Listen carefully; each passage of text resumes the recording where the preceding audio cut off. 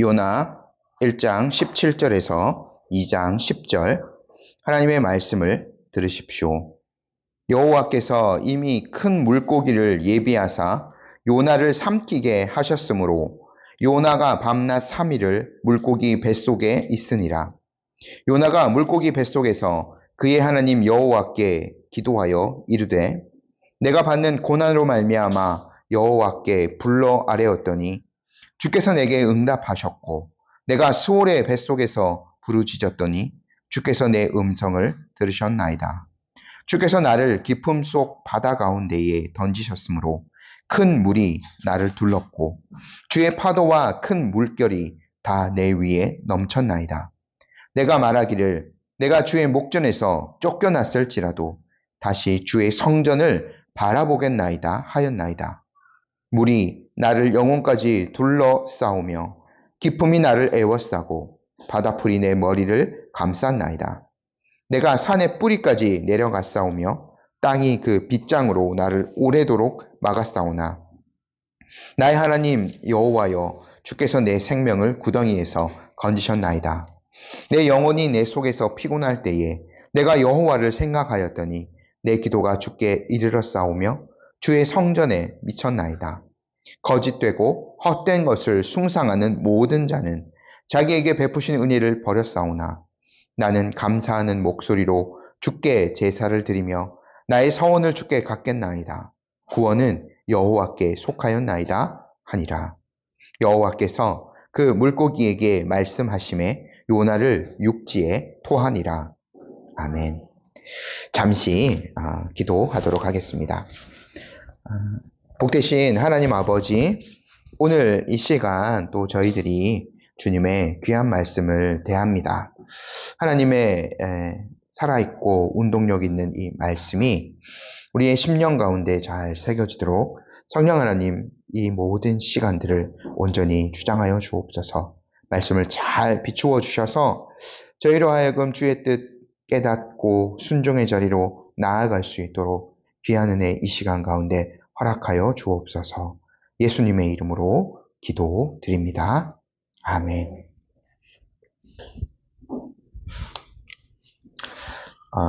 저희가 요나서 1장을 함께 지지난주까지 함께 보았는데 요나가 하나님께서 주신 소명을 완전히 저버렸죠. 그래서 요나는 니느웨라고 하나님께서 가라고 명령하신 그 도시로 간 것이 아니라 완전히 반대 방향 땅 끝에 있는 다시스라는 곳으로 도망하고자 하였습니다. 그의 뜻을 요나는 이룰 수가 없었죠. 왜냐하면 하나님께서 바다에 큰 바람을 일으키시고 큰 폭풍을 만드셔서 요나가 탄 배가 거의 깨질 듯하게 만드셨기 때문입니다. 그래서 그 와중에 요나가 여차저차한 사건을 다 지나고 난 다음에 요나가 제배에서 뽑히고 요나가 그 폭풍의 주범으로 지목이 되었죠. 그 순간까지 요나는 하나님 앞에 회개를 하지 않고 끝내 요나가 택한 것은 자신의 죽음이었습니다. 그렇게 해서 요나는 하나님의 말씀에 대한 순종보다는 자기 고집을 끝까지 이루려고 했었죠. 이런 상황에서 하나님께서 요나에게 어떤 극적인 사건을 더하여 주십니다. 저희가 참 그 요나의 요 물고기 뱃속에 있었던 이 사건은 참으로 성경에서도 놀라운 기적이라고 할 수 있는데 저희 한번 생각해 볼 것은 이제 이 본문을 깊이 살피기 전에 한번 생각해 볼 것은 하나님께서 정말 요나의 목숨을 요구하셨는가입니다. 요나는 그냥 자기 생명을 던져서 그것으로 파도를 그치게 하고 다른 피해가 없이 모든 사건을 종결시키려고 하였던 것 같아요. 근데 정말 하나님이 그 요나의 희생 때문에 그것을 보시고 어떻게 보면 숭고한 죽음이라고 생각하셨기 때문에 파도를 멈추시고 모든 생명이 살아날 수 있도록 하셨는가? 저희가 한번 생각해 볼 필요가 있겠죠. 저희가 이 하나님께서 요나의 어떤 일련의 사건들을 주장해 가시는 그 장면들을 하나하나 이렇게 살펴보는 것이 중요할 것 같아요. 말씀드렸다시피 자연의 어떤 사건을 하나님께서 일으키셨는데 큰 바람과 큰 폭풍을 하나님께서는 미리 준비하시고 요나가 탄 배가 어떤 지점에 이르렀을 때 그 바람과 그 폭풍에 배가 부딪히게 하신 거죠. 하나님께서 요나는 자기가 스스로 하나님의 낯을 피하고 스스로 어떤 걸 결정해서 도망을 가며 하나님께서 계획하신 어떤 것을 바꾸어 버릴 수 있을 것이다 생각했을지도 모르겠습니다. 하지만 하나님께서는 모든 상황을 지금 주권적으로 인도하고 계시죠. 실제로 요나가 정말 자기의 목숨을 던지려 했다 하더라도 하나님께서는 그렇게 쉽게 요나가 자신의 생명을 버리도록 하시지 않으셨습니다. 이번에도 하나님께서 무엇인가 미리 예비하신 것이 있었죠. 그것은 바로 큰 물고기였습니다. 17절 말씀 저희가 함께 다시 한번 읽어볼게요. 여호와께서 이미 큰 물고기를 예비하사 요나를 삼키게 하셨으므로 요나가 밤낮 3일을 물고기 뱃속에 있으니라. 오늘 마침 저희 이제 구약 계속해서 성경 공부하는 내용도 요나를 저희가 함께 공부를 하게 되는데, 이것은 참 주일학교에서도 많이 이제 배우는 내용이고, 특별히 예수님의 부활과도 연결되기 때문에 굉장히 이제 어떻게 보면 익숙한 장면이기도 합니다. 근데 보통 저희가 이렇게 주일학교에 배우고 막 이렇게 하는 그런 그림에서는 큰 고래가 요나를 삼킨 것으로 이렇게 대부분 그렇게 그림이 일러스트가 이렇게 되어 있죠.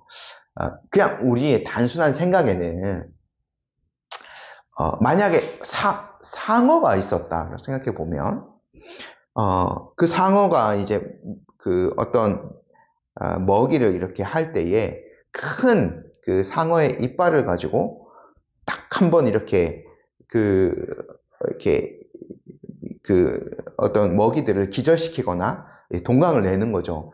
그래서 요나가 만약에 상어의 뱃속에 들어갔다면 살아서 들어가기는 힘들 것 같아요.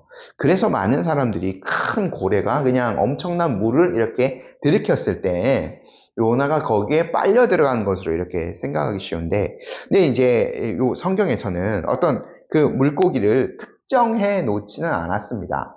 그리고 아마 지중해에는 이런 그 사람을 삼킬 만한 아주 큰 고래 종류의 물고기는 없는 것으로 알고 있거든요. 그래서요, 저희 이제 한글로는 잘 표현이 안 되는데, 히브리어에는 남성 명사, 여성 명사가 있는데, 그 17절에 큰 물고기가 이렇게 표현되어 있고, 2장 1절에도 물고기, 뱃속이라고 해서 물고기가 나오는데, 요 17절 말씀에는 남성 명사를 사용하고요, 2장 1절에는 여성 명사를 사용해요.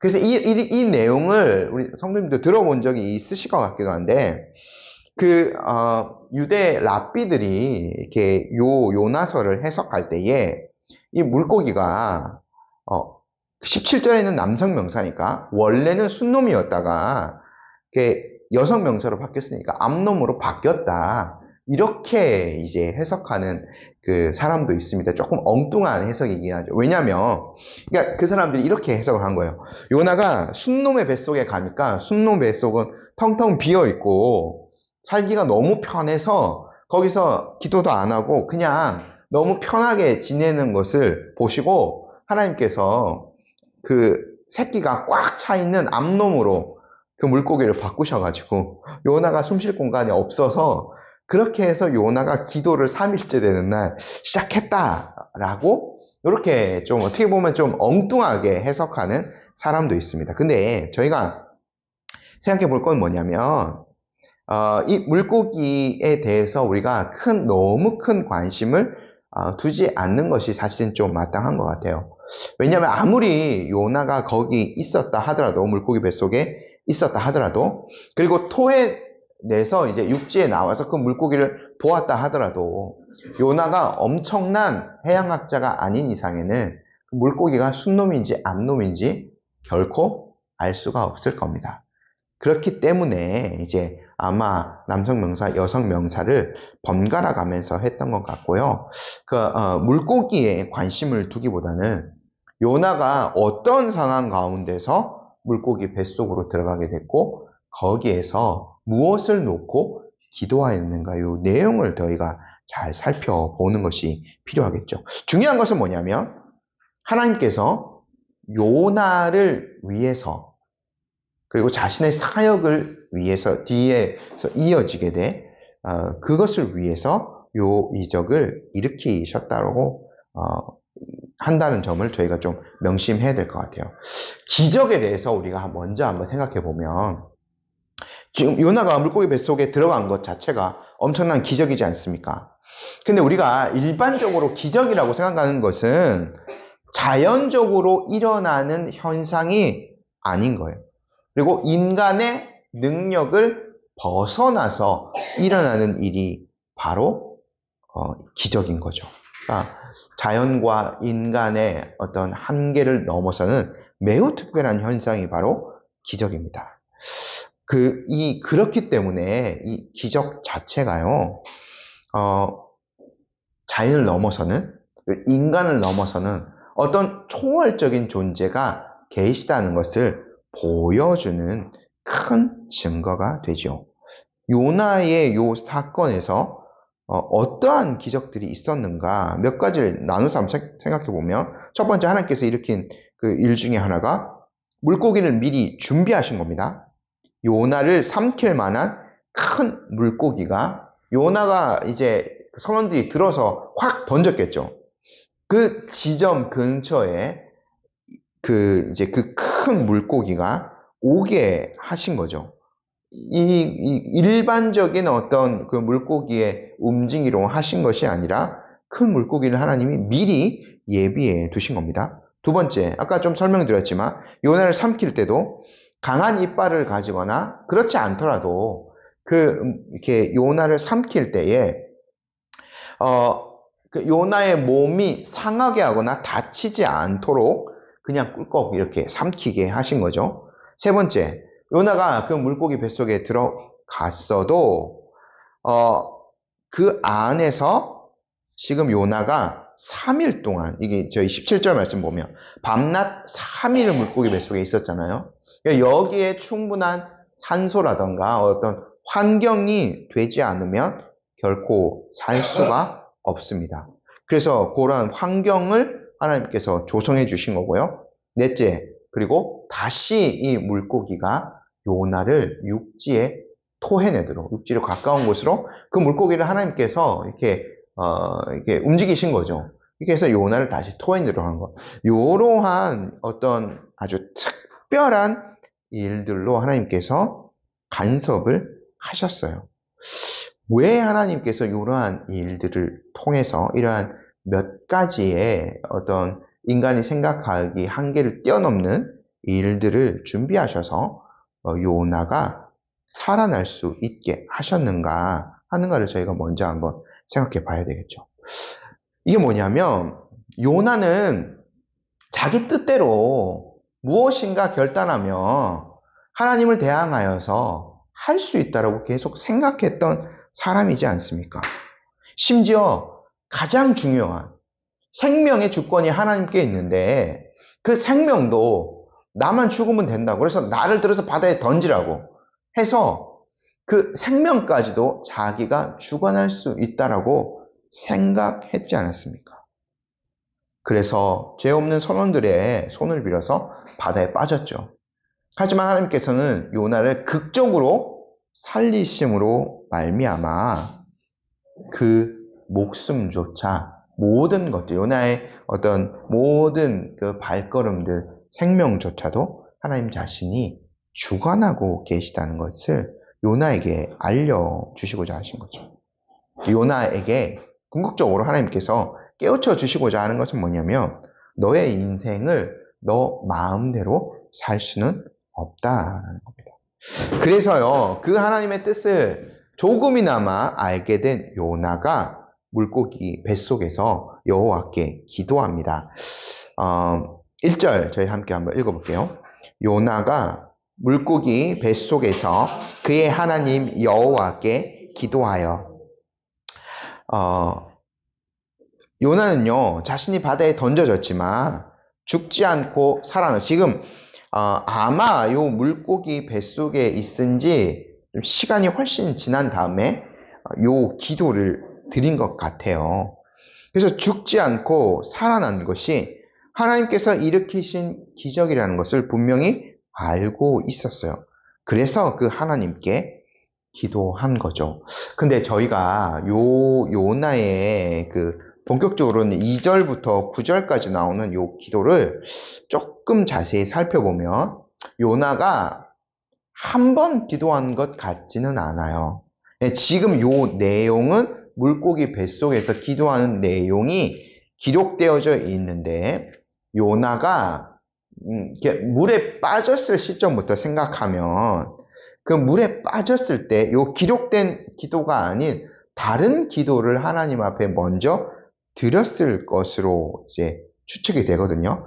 이 요나가 장면을 묘사하잖아요. 3절에 보면 뭐 큰 물이 나를 둘렀고 뭐 이렇게 5절 보면 뭐 바다 풀까지 이렇게 있고 요나가 이러한 것들을 경험했잖아요. 그러니까 물고기 뱃속에 들어가기 전까지 그 조금의 시간이 있었던 것으로 보여져요. 6절 말씀 보면 뭐 뿌리까지 내려갔다. 그러니까 요나가 아주 조금 그런 어떤 그 바다에 빠져서 허우적된다라고 해야 되나? 그런 어떤 시간이 분명히 있었던 거죠.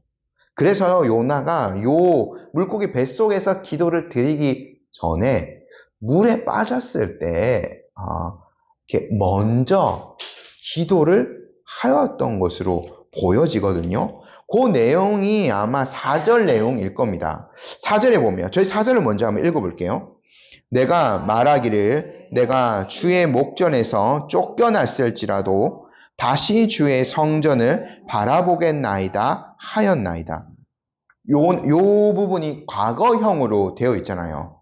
내가 말하기를 하고 요게 간접 인용이기 때문에 보면 요거를 이제 중간에 따옴표를 넣고 보면 요나가 내가 주의 목전에서 쫓겨났을지라도 다시 주의 성전을 바라보겠습니다 라고 하는 요 부분은 아마 이렇게 요나가 막 그 바다풀을 보고 이제 점점 그 바다까지 내려가고 있을 어느 한 시점에서 드린 기도의 내용으로 보여집니다. 아주 그 목숨이 왔다 갔다 하는 꼴깍꼴깍 하는 그 시점에서 요나가 주님의 성전을 기억하며 주님의 이름을 부르고 있어요. 그러니까 이 부분은 어느 정도 요나가 하나님께로 돌아가겠다는 의지가 분명히 보여지는 부분이기도 합니다. 왜냐면 이게 요나가 이제 왜 하필 성전을 기억했나? 그 솔로몬의 성전 봉헌의 기도가 있었죠. 그때에 솔로몬이 뭐라고 했냐면 제가 열왕기상 말씀 읽어드릴게요. 주의 종과 주의 백성 이스라엘이 이곳을 향하여 기도할 때, 그러니까 성전입니다. 주는 그 간구함을 들으시되 주께서 계신 곳 하늘에서 들으시고 들으시사 사하여 주옵소서. 요렇게 이제 솔로몬이 성전 봉헌 기도를 드렸거든요. 그래서 저희가 지금도 잘 알다시피 유대인들이 예루살렘을 향하여서 기도하지 않습니까? 그러니까 이 약속 때문인 거죠. 요나도 이것을 분명히 알고 있었기 때문에 죽음의 순간에 물론 성전의 방향이 예루살렘의 방향이 어디 있는지는 몰랐겠죠. 하지만 마음속으로 그곳을 바라면서 간구하였을 것입니다. 하나님께서 이 기도를 들어주시고 요나를 살리셔서 물고기 뱃속에서 있던 요나가 이제 본격적으로 이런 기도를 드리기 시작했던 거죠. 2절 저희가 본격적인 기도 내용들 한번 좀 살펴볼게요. 같이 한번 읽어봅시다. 이르되 내가 받는 고난으로 말미암아 여호와께 불러 아뢰었더니 주께서 내게 대답하셨고 내가 수올의 뱃속에서 부르짖었더니 주께서 내 음성을 들으셨나이다. 요나가요, 바다에 빠진 그 고난을 통해서 얻은 깨달음이 분명히 있었던 것 같아요. 자신이 죽음의 문턱에 이르렀지만 하나님께서 거기서 한 물고기를 보내셔서 요나 자신을 구원하여 주신 것, 모든 것들이 하나님의 섭리였음을 요나가 분명히 잘 인식하였던 거죠.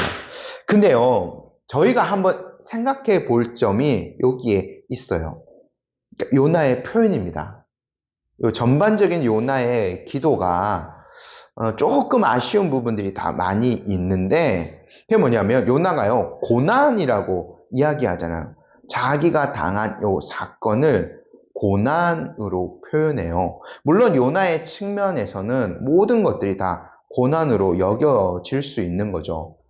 근데요, 저희가 여기에서 조금 어떤 우리 일반적인 그리스도인이 겪는 고난, 요것들에 대해서 한번 생각해 볼 필요가 있을 것 같거든요. 그래서 요게 중요한 것이 뭐냐면 우리가 인생에서 겪는 그 고난이라고 부르는 모든 그 힘겨운 일들, 마주대하게 하는 힘겨운 일들에 대해서 우리가 조금 바른 어떤 인식을 하는 것이 우리가 바른 기도를 드리는데 매우 중요하기 때문에 한번 생각해 볼 필요가 있어요. 베드로가 한 권면을 좀 생각해 볼 필요가 있을 것 같아요. 베드로가요, 베드로전서 2장 19절 20절에서 이렇게 이야기합니다. 부당하게 고난을 받아도 하나님을 생각함으로 슬픔을 참으면 이는 아름다우나 죄가 있어 매를 맞고 참으면 무슨 칭찬이 있으리요. 그러나 선을 행함으로 고난을 받고 참으면 이는 하나님 앞에 아름다우니라. 요거는요, 집의 사환들에 대해서 1차적으로 베드로가 이야기한 건데요. 일반적인 고난에 대해서도 충분히 적용해 볼 수 있는 거죠. 그러니까 뭐 집의 안에 종들이 뭐 이렇게 어려워요. 집 주인을 대하고 집안일 하는 모든 것들이 어려운 거죠.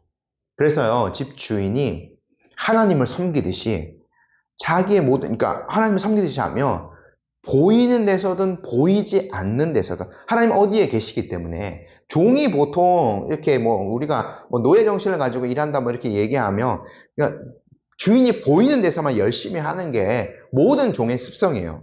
하지만 하나님을 섬기는, 그러니까 잘 섬기는 그러한 종은 하나님이 어디에서나 보고 계시기 때문에 저희가 에베소서에서 이 말씀 드린 거죠. 그러니까 보이든 보이지 않든 열심히 성실하게 일을 합니다.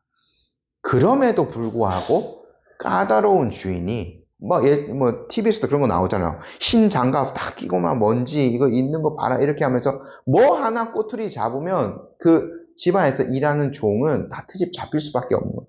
주인의 마음에 이거 하나 들지 않아? 넌 왜 이렇게 했어? 이렇게 하면 종은 이렇게 주인에게 이렇게 안 좋은 소리도 듣고 때로는 이렇게 매질도 당할 수 있는 게 종입니다. 근데 이거는 종의 측면에서는 부당하게 당하는 고난이죠. 이 베드로의 표현, 베드로전서 2장 20절 표현에 따르면 선을 행함으로 받는 고난이에요. 근데요, 다른 측면에서 종이 정말 종처럼 일해요. 주인이 보는 데서만 일해요. 심지어 더 게으름을 부려서 주인이 시키는 일도 잘 하지 않는 종이 있다고 합시다. 주인이 그를 어떻게 다뤄야 됩니까? 종님, 제발 일 좀 해주십시오. 이렇게 할 수 있나요? 그러지 않죠. 주인의 측면에서는. 시키는 대로 하지 않기 때문에 매질을 할 수밖에 없는 거예요. 이 당시 측면에서는. 오늘날에는 좀 이해가 안 될 수도 있지만.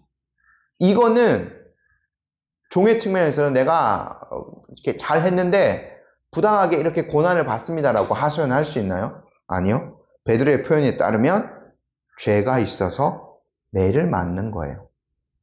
요것을 우리가 잘 구분해 볼 필요가 있겠죠. 우리 그리스도인의 삶에 있어서 어떤 것에 있어서는 하나님께서 우리를 훈련하시고 또 우리가 그리스도인의 삶을 정직하게 살기 때문에 세상에서 부당한 대우를 받고 이렇게 고난을 당할 수가 있어요.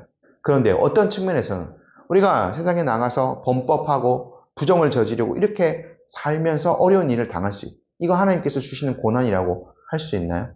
아니요. 죄가 있어서 매를 맞는 거예요. 근데 요나 같은 경우에는 어떤 경우에 속하나요? 견디고 인내해야 되는 그런 하나님께서 성숙하게 하시기 위한 고난일까요? 물론 그런 측면도 있겠죠. 요나가 이제는 그것을 통해서 니느웨를 어쨌든 다음에 3장에서 보면 가지 않습니까? 하지만 더 정직하게 얘기하면 요나는요, 자신의 죄 때문에 이런 어려움을 겪고 있는 거예요. 매를 사실은 맞고 있는 거죠. 이러할 때에는 해야 되는 것이 무엇이냐면 하나님 앞에 회개를 해야 됩니다. 첫 번째 고난, 우리가 그리스도인으로서 당하는 그 고난이 있다면 우리는 하나님께서 힘을 주시기를, 그리고 이 고난을 이겨낼 수 있도록 이 고난을 또는 벗어나게 해달라고 이렇게 정직하게 기도할 수 있겠죠. 근데 죄가 있어서 매를 맞는 고난이면 그거는 사실 그 죄를 먼저 회개하는 것이 우선입니다. 그걸 벗어나게 해달라고 하는 기도는 먼저 사실은 옳은 기도라고 할 수 없겠죠. 이런 측면에서 본다면 요나의 기도가요, 약간 시작부터 조금 이제 핀트가 어긋나기 시작하는 거죠.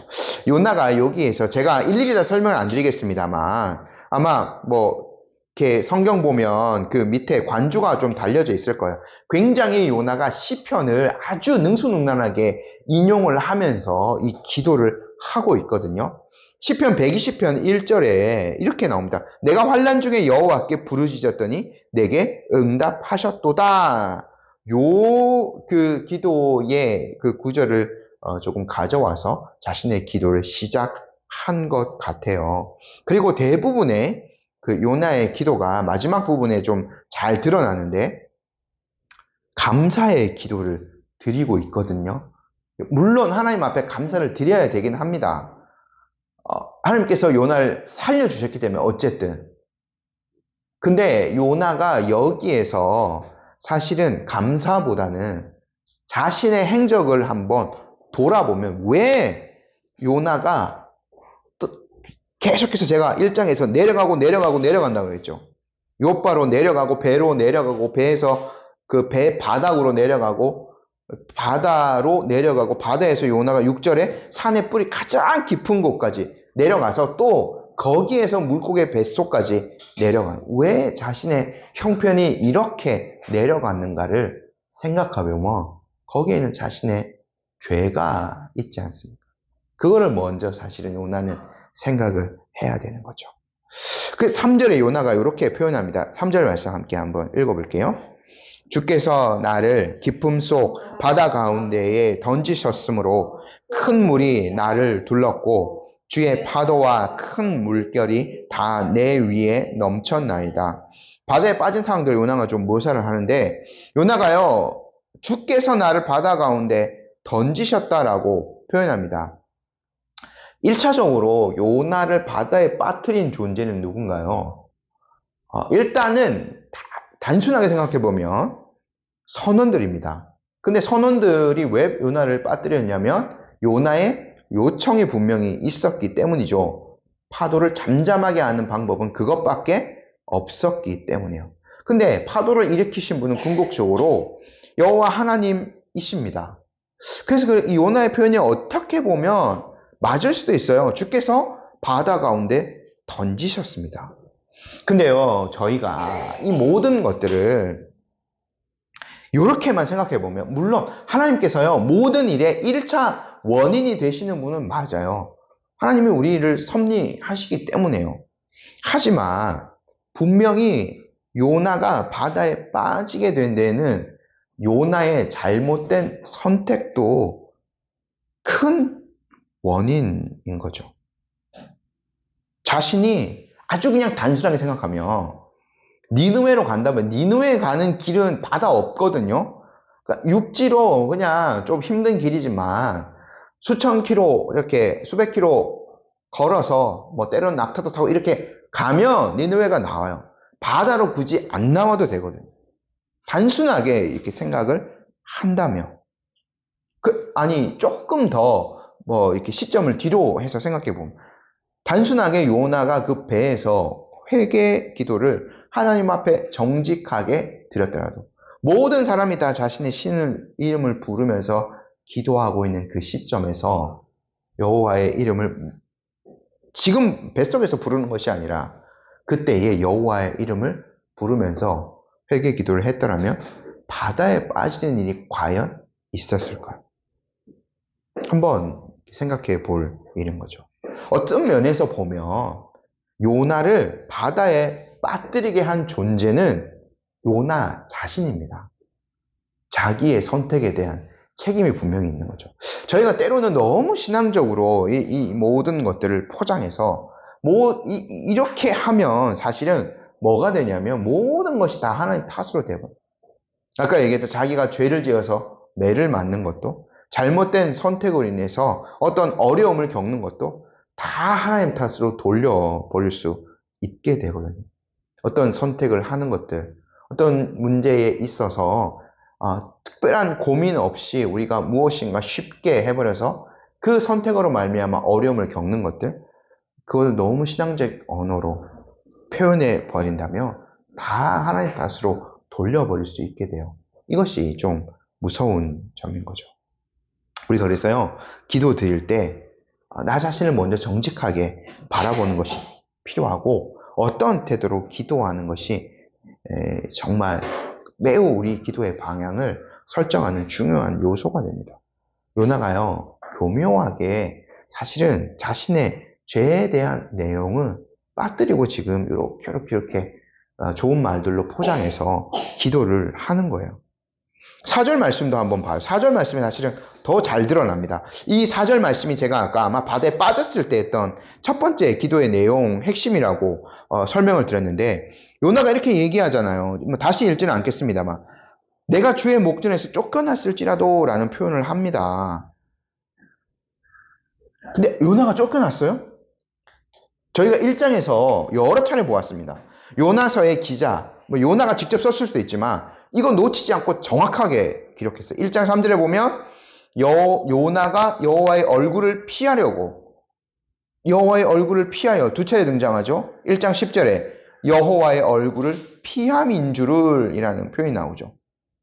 정확한 표현을 하자면 요나는 쫓겨난 것이 아니에요. 쫓겨난 거는 피동이잖아요. 내가 그걸 당하는 거잖아요. 누가 쫓아내는 존재가 있어서. 그거 아닙니다. 쫓겨남 당하지 않았어요. 요나가 능동적으로 여호와의 얼굴을 피한 겁니다. 그래서 죄를 지어서 매를 맞고 고난을 당한 거죠. 이것에 대해서 요나는 잘 인지를 하고 있지 못한 것 같아요. 그래도 요나는 하나님에 대한 믿음을 가지고 주의 성전을 바라보며 기도할 것이다 말합니다. 하지만 이 고백이 더 의미가 있어지려면 자기가 스스로 여호와의 얼굴을 피한 것에 대한 회개가 선행이 되어야 되겠죠. 계속해서 요나가요, 자기가 처해했던 상황, 하나님께서 어떤 위기 가운데 나를 구하셨는가를 좀 이야기하는데 5절, 6절 말씀 저희 한번 좀 빠르게 한번 읽어볼게요. 물이 나를 영혼까지 둘러싸오며 깊음이 나를 애워싸고 바다풀이 내 머리를 감쌌나이다. 내가 산의 뿌리까지 내려가 싸우며 땅이 그 빗장으로 나를 오래도록 막았사오나 나의 하나님 여호와여 주께서 내 생명을 구덩이에서 건지셨나이다. 5절 말씀은 아마 요나의 의식이 점점 희미해져가는 상황일지도 모릅니다. 물이 영혼을 둘렀다는 것은 목숨이 큰 위협에 처했다는 거죠. 바다풀이 머리를 휘감을 정도로 느껴졌습니다. 그리고 스스로 느끼기에 6절에 보면 바다의 가장 깊은 곳까지 내려갔다고 생각을 한 거죠. 가장 요나의 사실은 영혼이 어떻게 보면 가장 그 밑바닥까지 내려간 시점인 거죠. 그때에 이제 하나님께서 일하기 시작하신 겁니다. 그 요나를 이렇게 끝까지 하나님께 반항하려고 했던 이 요나를 하나님께서 건져주셨어요. 이게 사실은 놀라운 은혜인 거죠. 그러니까 특별한 하나님의 은혜가 분명히 있었어요. 7절 저희 함께 한번 읽어볼게요. 내 영혼이 내 속에서 피곤할 때에 내가 여호와를 생각하였더니 내 기도가 주께 이르렀사오며 주의 성전에 미쳤나이다. 요나는 분명히 확신을 하고 있습니다. 자신의 기도가 여호와께 상달되었다는 확신을 가지고 있어요. 왜냐하면 죽기 직전에 어떤 기도를 했는데 하나님이 살려주신 거잖아요. 성전을 향하여서 솔로몬의 성전 봉헌 기도를 생각하며 성전을 향하여 기도했을 때 분명히 하나님께서 살려주셨어요. 그리고 9절 말씀을 보면 나의 서원을 주님께 갚겠습니다 한 거 보면 이것도 지금 물고기 뱃속에서 한 것이 아니라 아마 죽어가는 그 시점에서 먼저 했던 그 기도에서 요나가 나를 살려주시면 내가 어떻게 하겠습니다 라는 서원을 했던 것 같아요. 그거를 이제 주님 앞에 갚겠습니다 라고 다시 한번 요나가 물고기 뱃속에서 기도를 한 거죠. 아마 이렇게 요나가 두 번째, 저희 3장 이제 다음 주에 보겠지만 두 번째 하나님 말씀이 임하였을 때는 군말하지 않고 니느웨로 가죠. 이러한 내용의 서원을 하나님 앞에 드렸을 것 같아요. 이제 목숨이 위협에 처해서 누구나 그럴 수밖에 없는 거죠. 죽기를 바랬지만 그거는 요나의 속마음이 아니었던 거죠. 그래서 이제 하나님 앞에 기도하였을 때 하나님께서 분명히 요나를 살려주셨어요. 근데 우리가 여기서 생각해야 될 것은 뭐냐면 요나가 온전히 회개했기 때문에 요나가 성전을 향해 기도했기 때문에 요나가 서원을 했기 때문에 하나님께서 요나를 구원해 주신 것이 아니라는 점입니다. 마치 여기에서도 7절 말씀을 조금만 뒤집어서 생각해 보면 요나는 자기가 기도했기 때문에 하나님께서 나를 구원해 주셨다라고 생각을 하고 있는 것 같아요. 물론 그 기도가 분명히 하나님 앞에 상달되었고 하나님이 일하신 것은 맞습니다. 하지만 그 기도 자체가 어떤 공로적인 원인이었다라고 결코 생각은 할 수 없는 거죠. 그래서 요나의 기도가 마무리가 이렇게 되는 거예요. 8절 9절 말씀 저희 함께 한번 읽어볼게요. 거짓되고 헛된 것을 숭상하는 모든 자는 자기에게 베푸신 은혜를 버렸사오나 나는 감사하는 목소리로 주께 제사를 드리며 나의 서원을 주께 갚겠나이다. 구원은 여호와께 속하였나이다 하니라. 요나가 이러한 것들로 기도를 마무리합니다. 당연히 8절 말씀대로 우상 숭배자들 하나님의 은혜를 받을 자격 없습니다. 거짓된 것을 숭배하기 때문에 어떠한 것도 참된 하나님으로부터 기대할 것은 없죠. 반면에 참된 하나님을 섬기는 자는 참된 하나님의 이름을 부르는 자는 여호와께서 주시는 그 은혜를 누릴 겁니다. 요나 그 이름을 불렀지 않습니까? 그분의 이름을 믿었어요. 물론 요나의 행동은 좀 별개로 두고 얘기할 것은 있지만 여호와를 경외한다고 분명히 요나가 밝혔습니다.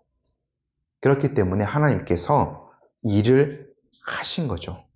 하지만 우리가 분명히 알 내용이 있습니다. 예, 제가 설명드렸지만 자기가 기도했기 때문에 자기는 우상 숭배자가 아니기 때문에 하나님께 구원받을 만한 요소가 충분하다라고 여길 수는 없는 거예요. 그러니까 우리 자신이, 그러니까 요나가 참된 하나님을 믿고 있고 그 솔로몬이 지은 그 성전에 계신 하나님을 바라고 있기 때문에 그 이스라엘 백성이고 그러한 어떤 여호와 하나님을 믿는 신앙이 있기 때문에 하나님이 나를 구원하셨다라고 생각하는 것, 그 자체가 사실은 구원의 근거는 될 수 있는 것이 아니라는 거죠. 하나님께서 어떤 큰 언약의 틀 안에서 이스라엘 백성 모두를 불러주셨지만 또 거기에서 사실은 살펴보면 참되게 하나님을 믿는 사람들을 구원하시는 거거든요. 그러니까 이게 8절에서 9절 내용을 살펴보면 요나가 니느웨에서 왜 그렇게 행동하였는가? 마지막까지 요나는 하나님 앞에 불평할 수밖에 없었는가를 충분히 알 수 있습니다. 요나는 사실 자기가 여호와의 이름을 부르면서 기도하고 있고 그분의 성전을 향하여 기도하기 때문에 은혜를 받기에 충분하다고 생각하고 있었던 거죠. 8절에 기도가 들어간 것. 우상 숭배자들, 이 사람들은 당연히 은혜 받을 자격이 없다라고 이야기합니다. 요나가 계속 이 틀에 매여져 있는 거죠. 근데 우상 숭배자들이 은혜를 결코 끝까지 받을 수 없는가? 아니요. 그들도 회개하고 돌이키며 하나님의 은혜를 받을 수 있어요. 그게 바로 3장에 등장합니다. 니느웨 백성들처럼 회개한다며 하나님의 은혜를 언약 백성들처럼 누릴 수 있어요.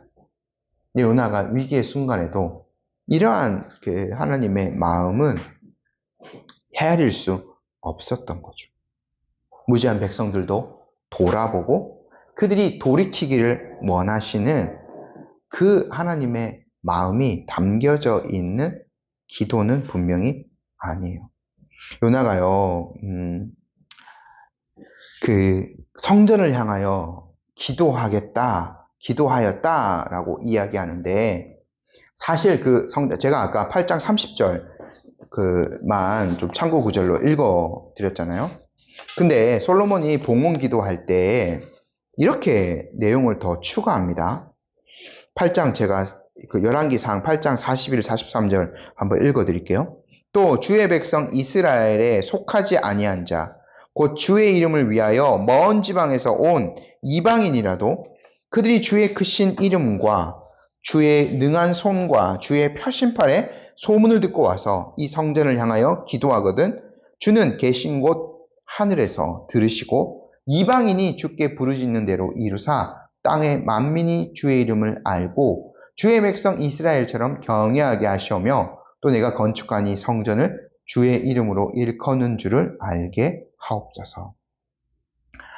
그러니까 성전은요 만민에게 열려져 있어요. 예수님이 그 만민의 기도하는 집이라고 성전을 향하여서도 표현하셨는데 누구나 여호와의 소문을 듣고 와서 주님 앞에 회개하고 기도하면 그대로 이루어 주실 수 있는 그 능력의 하나님이세요. 성전에 계신 하나님은 바로 그런 분이신 거죠. 근데 요나는요, 이런 가능성을 결코 열어두지 않습니다. 끝까지요. 그 요나의 요 기도를 보면 분명 요나가 어느 정도 회개하고 하나님 앞에 이렇게 9절 말씀 보면 감사하는 목소리를 주님께 제사드리고 나의 서원을 갚겠습니다. 온전히 구원은 여호와께 속하였습니다. 분명 요나가 아주 그 어떤 그 은혜로운 그런 기도를 하고 있는 거는 맞아요. 그리고 어느 정도 요나가 돌이켰다라고 볼 수 있는 것도 있어요. 그렇기 때문에 3장에서 두 번째 여호와의 말씀이 이르렀을 때는 요나가 일어나서 그대로 그냥 가거든요. 하지만 요나가 어떤 그 자신의 그 틀, 이스라엘 민족과 이방인을 철저하게 구분하고 그들이 돌아왔을 때 요나가 썽을 내지 않습니까? 그러니까 이 어떤 그 구별하는 어떻게 보면 자기의 민족의 우월성을 계속 유지하고 있는 것은 변하지 않은 거죠. 요나의 사실 말이 그 1장 설교할 때도 말씀드렸지만 굉장히 정통적이에요. 맞아요. 말은 다 여기 틀린 말은 결코 하나도 없습니다. 구원은 여호와께 속하였어요. 그래서 하나님께서 요나를 살리셨어요. 그렇기 때문에 하나님께서는 회개하는 니느웨 백성도 살리실 수 있는 거죠. 요나는 자신의 어떤 그 죄에 대해서는 정직하게 직면하지 못하고 있는 그 모습들을 보여줍니다. 그래서 이제 그 뒤에 나오는 요나의 태도가 저희가 좀 충분히 다 여기 기도에서 이어지게 되는 거죠. 저희가요, 제가 이렇게 설교할 때 조금 말씀을 드렸는데, 기도할 때에 하나님의 그 이름을 부를 때에 먼저 정직하게 우리 자신을 직면하는 것이 필요한 것 같아요. 베드로의 그 권면을 기억하면서 우리가 고난 중에 하나님 앞에 부르짖을 때는 이게 정말 하나님의 뜻 안에서 그리스도인으로서 받는 고난인가? 아니면 내가 죄 때문에 하나님께 매를 맞고 있는 것인가? 이것들을 좀 구별할 수 있어야 되겠죠. 회개할 것은 분명히 회개해야 합니다. 그리고 모든 사실 주권이 하나님께 달려있고 또 하나님께서 모든 섭리 가운데 우리의 삶을 인도해 주고 계세요. 하지만 요나가 잘못된 선택으로 이러한 어려움을 겪었던 것처럼 우리도 시장적인 판단이 부족하거나 성급하거나 우리의 어떤 욕심에 이끌려서 어떤 선택을 하고 어려움을 만났을 때 그 안에는 하나님의 섭리와 함께 100% 또한 우리의 그 책임도 들어가 있다는 점을 놓쳐서는 안 되겠습니다. 그래서 이제 아까 보면 죄를 짓기로 선택한 건 요나 자신이지 않습니까? 하나님께서 요나를 던져 바다에 빠뜨리셨지만 또 한 측면에서는 요나의 그 죄악된 마음이 요나 자신을 바다에 빠뜨린 것입니다. 우리 자신의 선택에는 우리의 책임도 반드시 따를 수밖에 없는 거예요. 그래서 어떤 측면에서는 우리가 하나님 앞에서 정직하게 더 우리 자신을 돌아보고 그래서 기도하기 전에 항상 말씀을 묵상하고 말씀을 통해서 우리 자신을 정직하게 돌아보고 우리의 죄들을 놓고 회개하는 것들이 필요한 거죠. 그럼에도 불구하고 하나님은 모든 것들을 뛰어넘으시는 분입니다. 이렇게 부족해 보이는 요나의 기도였음에도 불구하고 하나님은 요나를 살려주셨어요. 그뿐만 아니라 그래서 무트로 이제 10절 말씀 저희 함께 읽어볼게요.